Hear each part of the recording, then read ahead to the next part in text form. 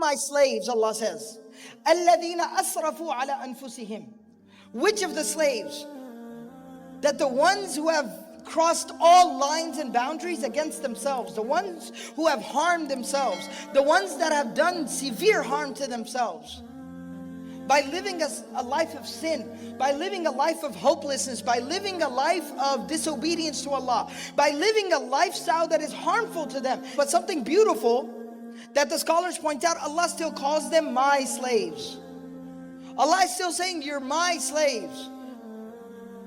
We still have a relationship with Allah. So Allah is speaking to the worst of the worst, the most sinful people, the ones that are walking on very thin ice.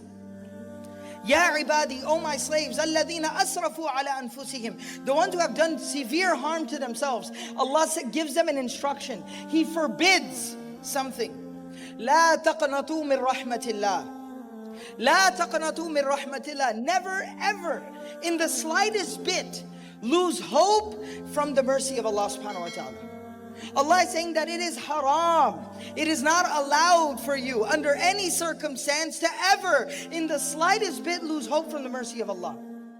Why? Allah subhanahu wa ta'ala didn't just tell us something and not give us reason to believe it. Why? Inna Allah yaghfiru dhunuba jami'a. Because Allah will forgive all the sins. How is He capable of forgiving all the sins? Innahu huwal ghafurur rahim. Because He and only He, most definitely He is Al-Ghafur, constantly forgiving and constantly merciful. Nothing is beyond His capacity or beyond His reach. Allah will and can forgive anything.